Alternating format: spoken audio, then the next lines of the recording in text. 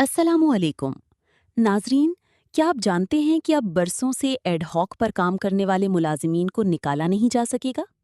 Lahore high court ने एक ऐसा तारीखी फैसला दे दिया है जिसने हजारों खानदानों का मुस्तकबिल महफूज कर दिया है। लाहौर हाई कोर्ट ने अपने हालिया फैसले 2026 LHC 2764 में ये करार दिया है कि अगर कोई मुलाजिम एक तवील अरसे से एड हॉक यानी अनस्थायी बुनियादों पर काम कर रहा है तो उसे अब खुद ब खुद मुस्तकिल यानी परमानेंट तसव्वुर किया जाएगा।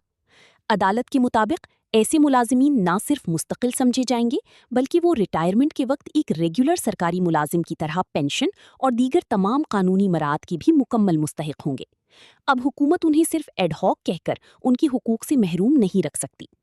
कानून की ऐसी ही अहम और सादा मालूमात के लिए हमारे चैनल बेसिक पाकिस्तानी लॉज इन उर्दू को अभी सब्सक्राइब करें।